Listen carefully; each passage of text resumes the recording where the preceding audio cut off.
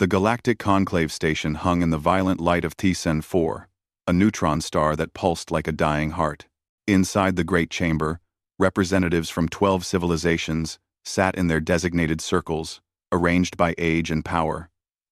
The elder races occupied the inner rings, closest to the central platform. The younger species waited in the outer darkness. Knowing their voices carried little weight, Ambassador Thurn of the Keth stood at the center, his 4 arms trembling.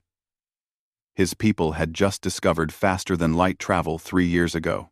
They had been so proud, so excited to join the galactic community.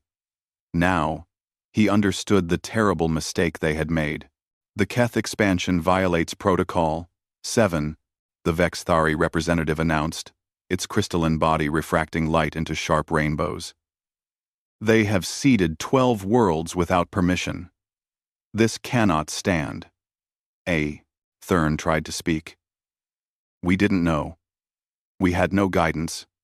No, ignorance is not innocence, the Sulveran Empress interrupted, her voice emanating from the biological mass that made up her form. Thousands of voices spoke as one. The Keth must be contained. We propose economic restrictions and breeding limitations. The younger species in the outer rings shifted uncomfortably. They had all heard these words before, applied to others who had grown too fast or too ambitious. Breeding limitations meant slow extinction. Economic restrictions meant dependence and control. The conclave recognizes the wisdom of the elder races. The session moderator began, preparing to formalize the decision that would doom the Keth to centuries of managed decline. Then every alarm in the station screamed at once. The great display screens flickered to life, showing sensor data that made no sense. Something massive was approaching. No, not approaching. It was already arriving. The gravitational readings were impossible. Nothing that large could move that fast. The Lumine delegate, a being of pure energy contained in a magnetic field, pulsed with sudden fear. What is that? Reality tore open at the edge of the Thyssen system. Space folded in ways that hurt to observe, and something emerged from faster-than-light travel, with a thunderclap that every ship in the system felt as a physical blow. The TDF's indomitable will materialized like a judgment from an angry god. 47 kilometers long. Hull scarred and marked with battles unknown to galactic records. Its energy signature didn't match any documented propulsion system. The ship's very presence bent gravity around it, creating visible distortions in space. The conclave chamber fell absolutely silent. Identification? Someone finally whispered. Running scans, a technician responded, his voice shaking. Hull composition unknown. Weapons, systems. I count over 2,000 active targeting arrays. Energy core reads as... That can't be right. It's reading as a contained, stellar mass. What species? The technician's hands moved across his console. He stopped. His face went pale. It's broadcasting an old identification code. Terran Defense Fleet. The word rippled through the chamber like a shockwave. Terran. Human. Impossible, the Vexthari representative said. The humans were expelled 400 years ago. They retreated to the galactic rim and disappeared. Surely they died out there, in the dark. Ambassador Thurn stared at the image of the massive warship. He had studied human history during his training. Humanity had been a young species, barely spacefaring, when they had encountered the conclave. They had been forcibly removed from contested space, their colony ships turned back or destroyed. The humans had vanished into the unexplored regions of the galaxy, and now they had returned. The conclave's combined fleet moved to intercept. 200 warships, representing the military might of 12 civilizations, positioned themselves between the station and the human vessel. Weapons charged. Shields activated. The human ship did nothing. It simply hung in space, silent and dark except for running lights that glowed like a predator's eyes. They're not responding to hails, the communications officer reported. Wait. Incoming transmission. The chamber's speakers crackled to life. The voice that emerged spoke in perfect galactic common. with an accent that sounded strange and ancient to modern ears. "This is Captain Elena Vasquez of the Terran Defense Fleet. We've been monitoring your debate regarding the Keth species." Every representative turned to stare at the Keth ambassador, who looked equally confused. "We've reviewed your protocols, your precedents, and your proposed solution. We've listened to 4 hours of discussion about how to best manage, control, and limit a species whose only crime was growing too successfully." The voice paused. In that silence, the massive warship's weapons powered up, not targeting anything specifically, just making it clear they existed. "We vote no."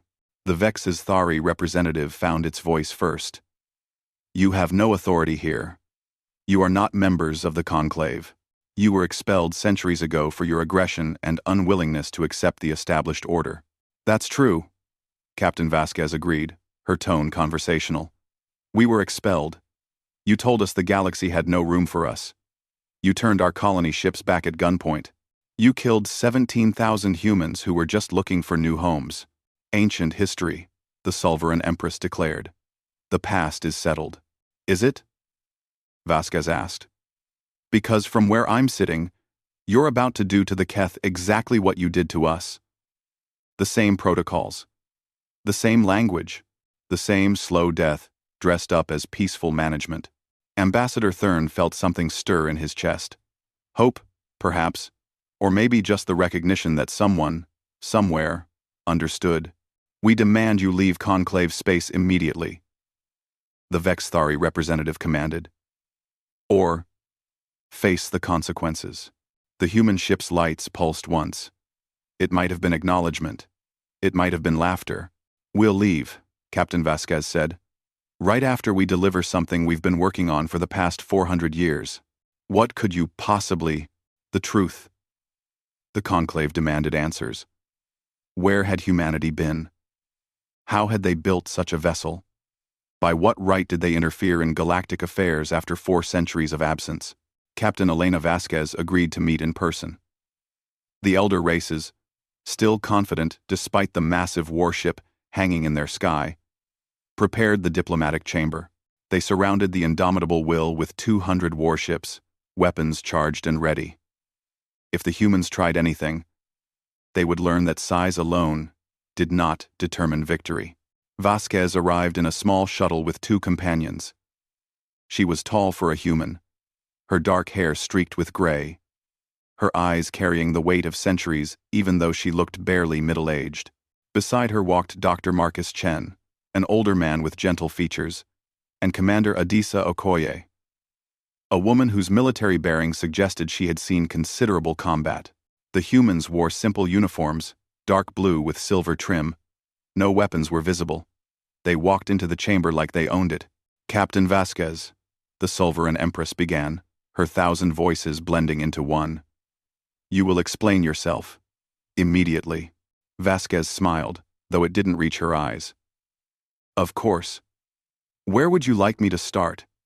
The moment you expelled us? The decades we spent barely surviving in the Rim? Or perhaps the moment we discovered what you really are? Speak plainly," the Vex Thari representative demanded, its crystalline form pulsing with irritation. Dr. Chen stepped forward. He carried a small device that projected a holographic display above the chamber floor. "We'll start with history. 400 years ago, humanity was forced from settled space.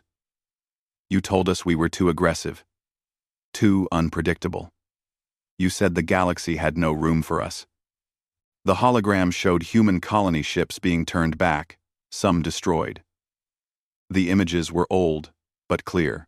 We went to the Galactic Rim," Chen continued. "We had no choice. And there, in the darkness between stars, we found something interesting. We found ruins."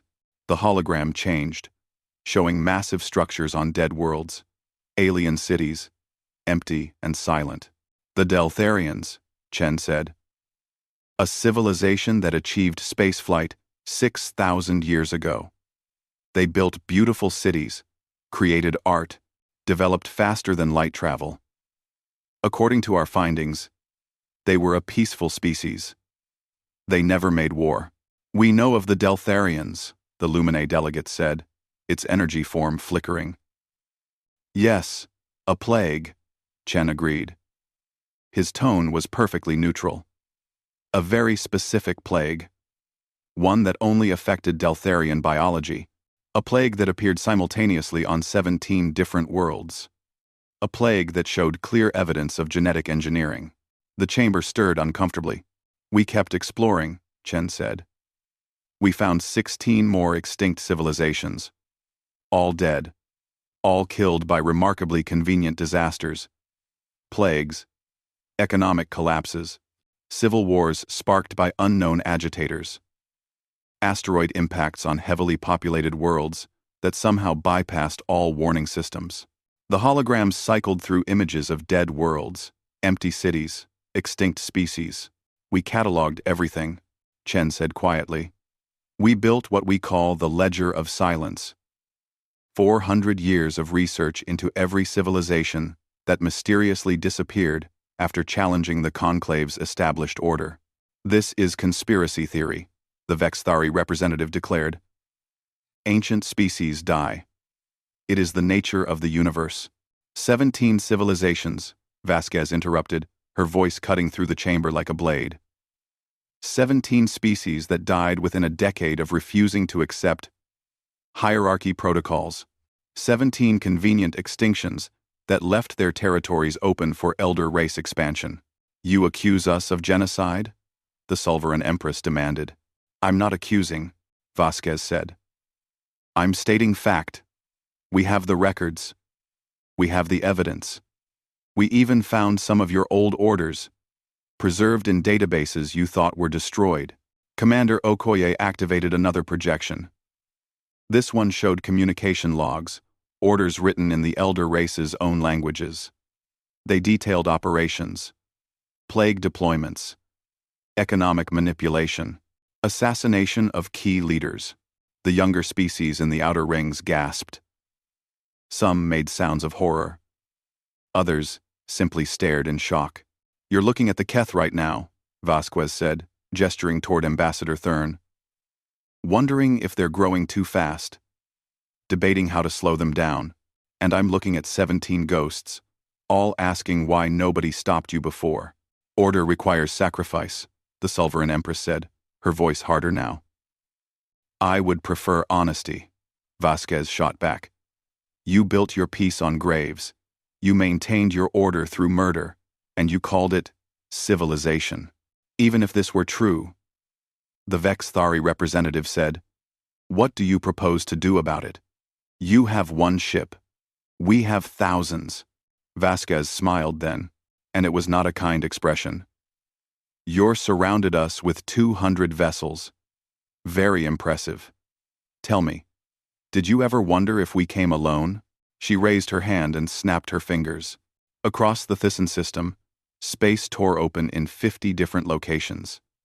50 more Titangent-class warships emerged from faster-than-light travel, each one as massive as the indomitable will. They formed a perfect sphere around the Conclave station, weapons armed, shields active. The silence that followed was absolute. 51 ships, Vasquez said conversationally. Each one capable of cracking a planet.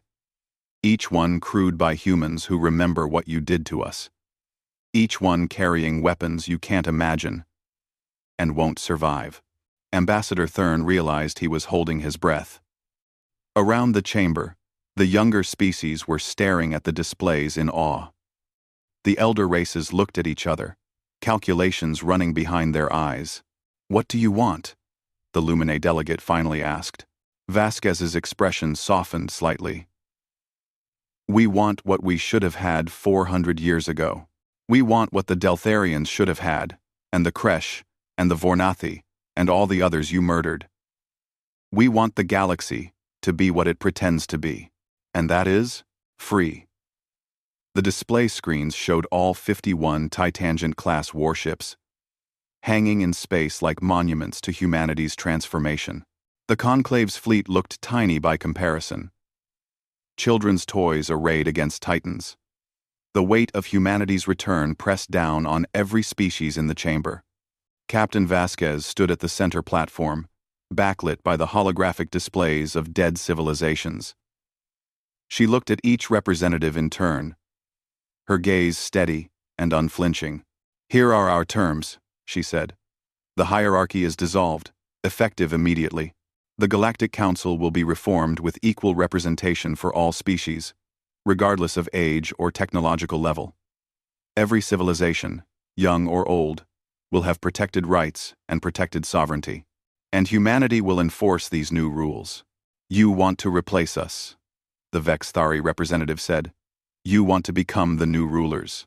"We want there to be no rulers at all," Vasquez replied. "Just equals. Just neighbors. Just species trying to survive in a dangerous universe without murdering each other for convenience." "Impossible," the Solveran Empress declared. "The younger races lack wisdom. They make mistakes. They expand too quickly, consume too many resources, start wars over trivial matters. They need guidance. They need freedom." Commander Okoye interjected. "They need the chance to make their own mistakes and learn from them, like every species before them did, including yours." Ambassador Thurn found himself nodding. Around him, the other younger species representatives were doing the same. For the first time in galactic history, someone was speaking for them instead of about them. "You have 72 hours to decide," Vasquez said. "Accept the new order, or reject it. But understand this. If you reject it, we will not leave. We will not back down. We will stay here until you understand that the age of the hierarchy is over." "And if we choose to fight?" the Vexthari representative asked. Vasquez's expression didn't change. "Then fight. But know what you're fighting for. You're fighting to maintain the right to kill species who grow too successfully. You're fighting for the privilege of deciding who lives and who dies based on whether they threaten your comfort. Ask yourself if that's worth dying for." The Lumine delegate pulsed with agitation, its energy form flickering between colors. "This is madness. You're demanding we surrender millennia of established order based on accusations and threats. You're holding us hostage." "No, Doctor," Chen said softly. "We're offering you freedom too. Freedom from the burden of maintaining this lie. Freedom from the guilt of what you've done. Freedom to build something better." The chamber erupted into argument. The younger species supported humanity almost unanimously. The elder races were divided. Some argued for immediate war. Others urged caution. Still others simply sat in shocked silence, processing the impossible situation they found themselves in. The Vexthari representative stood, its crystalline body refracting light into angry reds and oranges. "We do not negotiate with terrorists. We do not surrender to threats. The Vexthari have maintained galactic peace for 10,000 years. We will not allow an upstart species to undo that work." "Then you choose war," Vasquez said quietly. "We choose victory." The Vexthari fleet, 27 advanced warships representing some of the most powerful technology in the galaxy, broke formation and accelerated toward the nearest human vessel. Their weapons charged, reality-bending phase disruption cannons that could unmake matter at the quantum level. The other elder races hesitated, unwilling to join but also unwilling to stop their allies. The Vexthari opened fire. Space itself seemed to scream as phase disruption beams lanced across the void, hitting 3 human ships with enough force to vaporize moons. The weapons were designed to bypass conventional shields, to reach into the quantum structure of matter and simply erase it from existence. The human shields held. The 3 Titangent-class warships didn't even rock from the impact. Their shields absorbed energy that should have been impossible to defend against, then dissipated it harmlessly into space. "Impossible," the Vexthari commander transmitted. "Nothing can withstand phase disruption at full power." The indomitable will rotated slowly, bringing its forward weapons array to bear on the Vexthari flagship. A single weapon powered up. Its energy signature unlike anything in galactic records. Last chance, Vasquez said. Stand down. Never. Vasquez nodded to Okoye, who entered a command on her wrist display. Causality hammer. Single shot. Minimum dispersal. The weapon fired. There was no beam, no projectile, no visible effect. But the Vex Thari flagship simply stopped existing. Not destroyed in the conventional sense. It didn't explode or break apart. It was simply gone.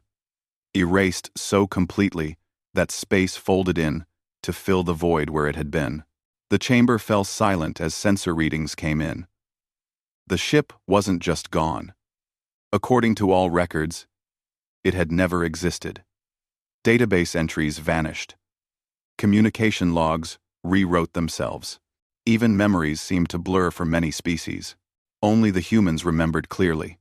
And their recordings, which they immediately broadcast, showed what had been erased. What did you do? The Lumine delegate whispered, its energy form flickering with what might have been fear. We removed them from the timeline, Okoye explained calmly. That ship? Its crew? Everything it ever did after we marked it 10 seconds before firing. Gone. Erased. As if it never was. The remaining Vex Thari ships retreated immediately, their weapons powering down. Around the chamber, representatives stared at the humans with new horror. This wasn't just advanced technology. This was something that violated the fundamental rules of reality. What did you find out there? The Sulveran Empress asked, her 1,000 voices unified in disbelief. What did humanity become? Captain Vasquez looked tired suddenly, older than her apparent years. What we had to, she said quietly. When you're alone in the dark for 400 years, knowing that extinction is waiting if you're not strong enough, you make hard choices. You accept hard truths. You become what survival demands. You're not human anymore. The Vex Thari representative said, horror in its voice. We're human enough, Vasquez replied. Human enough to remember what it's like to be helpless. Human enough to care about species we've never met. Human enough to risk everything for people who aren't us. She paused. Are you? The question hung in the air like a challenge and a plea. The negotiations continued through the night cycle, though in space there was no true night. Ambassador Thurn watched as humanity presented their vision for a new galactic order. Equal representation. Protected rights. Free expansion for species that could sustain it. Technology sharing without restrictions. The younger species embraced it eagerly. The elder races questioned every detail, looking for traps or hidden advantages. But slowly, painfully, something like agreement began to form. Dr. Chen led a technical presentation showing medical advances humanity would share freely. Diseases that had plagued certain species for millennia could be cured. Terraforming techniques that could make hostile worlds livable. Energy systems that produced no waste and never depleted. You're offering bribes, the Vex Thari representative said bitterly. We're offering partnership, Chen replied. This is what cooperation looks like. We share what we have. You share what you have. Everyone benefits. But the Lumine delegate wasn't watching the presentation. It was watching Captain Vasquez, its energy form pulsing in slow, analytical patterns. Finally, it spoke. You're avoiding the question we all want to ask, the Lumine said. The causality hammer. The shields that stopped phase disruption. The ships that move faster than our fastest vessels and hit harder than our strongest weapons. This isn't just advanced technology. This is something else. Something wrong. And Vasquez met the Lumine's gaze, or what passed for a gaze in an energy being. You want to know our secret? Every 3, I was round. I want to know what you sacrificed to gain it, the Lumine replied. Because power like yours always costs something. Always. Vasquez was quiet for a long moment. Then she nodded to Chen, who changed the presentation. The hologram, now showed a timeline of humanity's 400 years in isolation. The first 50 years were the hardest, Chen began. We barely survived. Our colony ships were damaged from the fighting when we were expelled. Resources were scarce. We lost entire settlements to starvation, disease, system failures. We thought we might actually die out there in the dark. The hologram showed human colonies struggling, children dying, ships breaking down beyond repair. Then we found something, Chen continued. A facility on a dead world. Automated, ancient, still functioning after millions of years. We didn't know who built it, or why. We just knew it was offering us something we desperately needed. The hologram showed a massive structure, geometric and perfect, humming with unknown power. The predecessors, the Lumine breathed. You found a predecessor forge. We found 12 of them, Chen said. Scattered across the rim. They were waiting, it seemed. Waiting for someone to find them and activate them. We learned their technology. We used their automated factories. We grew strong. That explains your ships, the Silveran Empress said. But not your weapons. Not the causality hammer. Not your shields. Chen's expression grew somber. Year 120. We found the Deltharian homeworld. We spent months exploring the ruins, learning about them. And we found evidence. Proof that they were murdered. Proof that it was deliberate. Proof that the plague was engineered. The hologram showed documents, genetic analyses, records of the systematic extinction. That's when we changed, Chen said quietly. We realized we had escaped the same fate by pure chance. If we had stayed in settled space, if we had grown too successfully, you would have killed us too.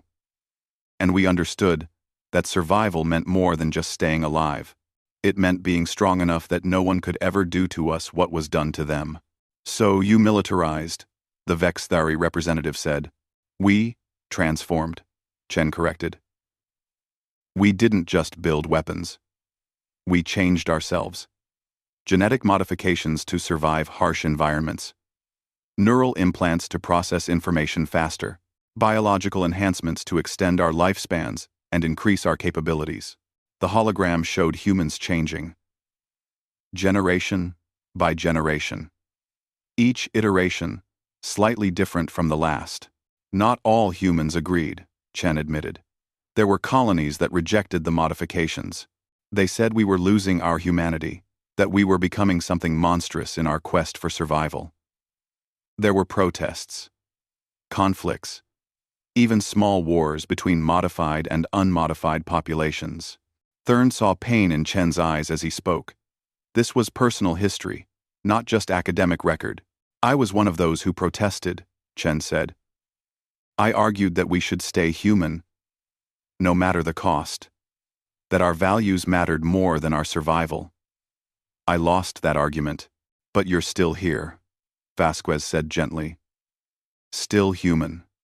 Still arguing for what's right, Chen smiled sadly. Eventually I realized something. The modifications changed our bodies, but not our choices. We chose what to do with the power we gained. That choice, that agency, that's what makes us human. Not our DNA. You're dancing around something, the Lumine said. Its energy form was pulsing faster now, agitated. The predecessors. You didn't just find their technology. You found them, didn't you? The actual predecessors. Vasquez stood and walked to the hologram display. With a gesture, she changed it to show a chamber deep underground, filled with strange crystalline structures that pulsed with faint light. Year 307, she said. The last predecessor facility. We found them in stasis, what was left of them. Their civilization had collapsed millions of years ago. War, environmental collapse, resource depletion. All the usual ways civilizations die. They had put themselves in stasis, hoping someone would find them. And you woke them, the Lumine said. They woke themselves when we arrived, Vasquez said. And they made us an offer. Their knowledge, their technology, their understanding of reality itself, in exchange for our vitality, our biology, our potential to grow and adapt. They wanted to merge with us. The chamber erupted in shocked voices. Merger. Integration. The predecessors weren't dead. They were inside humanity now, living on through human bodies and human minds. You're not human, the Vexthari representative said in horror. You're hybrids. Abominations. We're both, Vasquez said calmly. We're human. We're also predecessor. The merger wasn't about erasure. It was about combination. We kept our individuality, our personalities, our values. They gave us knowledge and capability. Together, we became something new. And you used that power to build weapons that erase ships from time itself, the Solveran Empress said. You used it to become conquerors. We used it to come back here, Vasquez said firmly. To stop you from killing the Keth. To end the hierarchy's reign of hidden genocide. To give every species the chance we never had. Ambassador Thurn stood suddenly. All eyes turned to him. He was shaking, but his voice was steady when he spoke. If you're not fully human anymore, why do you care? Why protect us? Why not become the new hierarchy? You have the power. You could rule us all. The question silenced the chamber. Everyone waited for Vasquez's answer, because in that answer lay the future of the galaxy. Captain Elena Vasquez looked at Ambassador Thurn for a long moment.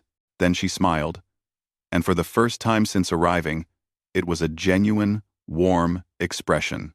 Because we remember, she said simply.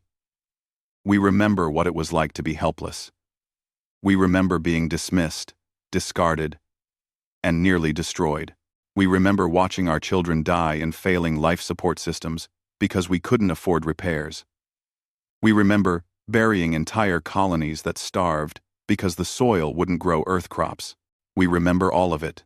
She walked closer to Thurn, her voice carrying to every corner of the chamber. The predecessors gave us knowledge. They gave us power. They gave us the ability to bend reality and command forces that seem like magic to lesser technology. But they didn't give us our values. Those we kept. Those were always ours. And what are those values? The Solveran Empress asked, genuine curiosity in her 1,000 voices. That every species deserves a chance, Vasquez said. That power should protect, not dominate. That peace built on graves isn't peace at all. That the strong have a duty to defend the weak, not exploit them. She paused. Maybe those are the only truly human things left in us. And maybe that's enough. The chamber fell silent. Then Ambassador Thurn did something no younger species representative had done in recorded conclave history. He voted. The Keth accept humanity's proposal, he said clearly. We support the dissolution of the hierarchy and the creation of a new galactic council with equal representation. One by one, the other younger species joined him. The elder races had no choice but to follow. The Solverans voted yes, pragmatic as always, recognizing the inevitable. The Luminae abstained, citing uncertainty about judging beings that existed partially outside normal reality. The Vexthari were the last to decide. Their representative stood, crystalline body dark with anger and defeat. The Vexthari reject this forced reformation, it said. We reject humanity's threats. We reject the ending of an order that has maintained peace for 10 millennia. If the hierarchy falls, then let it fall completely. Let there be nothing. Thanks for watching. This video, the chamber's sensors screamed warnings. The Vexthari had activated something, a weapon signature that made every species' detection systems go mad with panic. Reality bomb, the Luminae gasped.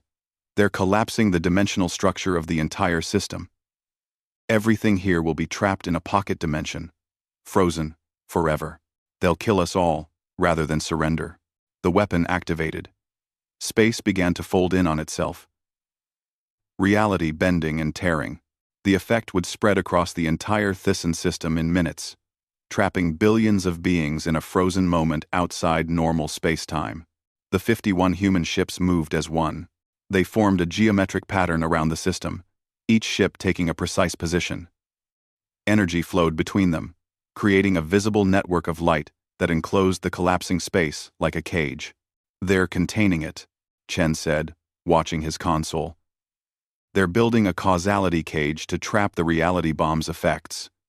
But someone needs to stay inside to maintain it. Forever." Vasquez was already moving, heading for the shuttle. Okoye and Chen followed without hesitation. "Captain, we have volunteers," the communications officer reported. 12 ships, over 200,000 crew members. They're moving into position inside the cage perimeter. Vasquez stopped. Her jaw tightened, but she nodded. "Accept their deployment. And honor their sacrifice." The 12 Titangent-class warships, including the indomitable Will, positioned themselves at key points inside the collapsing space. The other 39 ships completed the cage from the outside, channeling power to contain the effect. Vasquez opened a channel to the entire galaxy. Every species with communication technology would receive this message.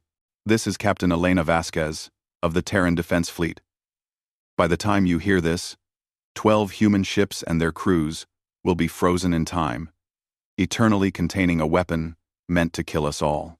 We didn't come here to rule you. We came to set you free. What you do with that freedom is your choice." She looked at Okoye and Chen, both standing beside her with calm acceptance. "Build something better," she continued.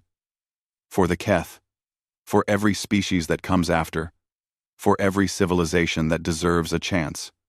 Remember that humanity didn't die here today. We're scattered across the galaxy. Watching, waiting, hoping you'll prove worthy of the chance we're giving you." The causality cage sealed. Reality stabilized around the frozen ships. Time itself stopped for the 12 vessels and their crews, preserving them in an eternal moment of sacrifice.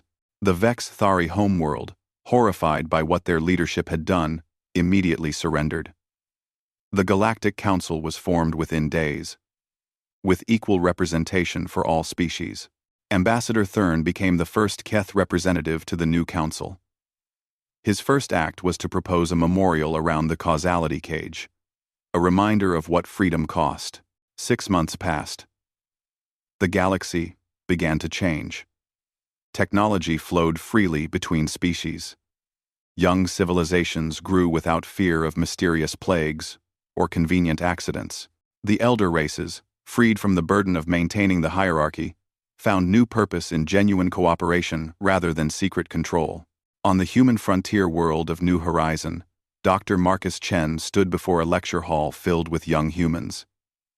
He taught history now, making sure the next generation understood what had been sacrificed. "People ask if we're still human after everything we changed," he told his students. "After the modifications, the implants, the merger with the predecessors, they ask if we lost ourselves in the pursuit of survival." He activated a hologram showing the causality cage, visible in the night sky as a shimmering aurora of frozen time. "I tell them we're more human than ever. Because humanity was never about our DNA, or our bodies, or our natural lifespan. It was about our choices. Elena Vasquez and 200,000 of our people chose to sacrifice themselves so strangers could live free. That choice, that sacrifice, that's what makes us human." A student raised her hand. "Will the galaxy be okay without us watching over them?" Chen smiled, though his eyes were sad. "That's the point. They don't need us watching over them. They needed us to break their chains. What they build now is up to them.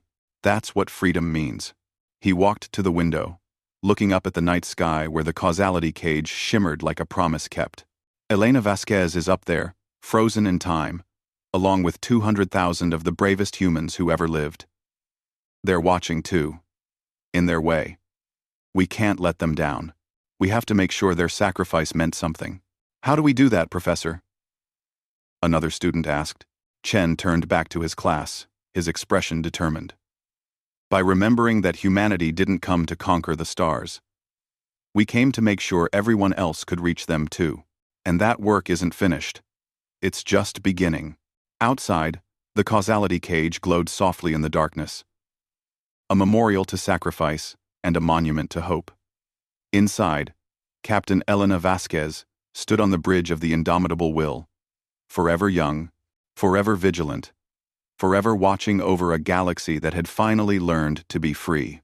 And across that galaxy, on 1,000 worlds, 1,000,000 species looked up at their own night skies and understood, perhaps for the first time, what it meant when someone believed they deserved a chance to grow, to dream, to reach for the stars without fear.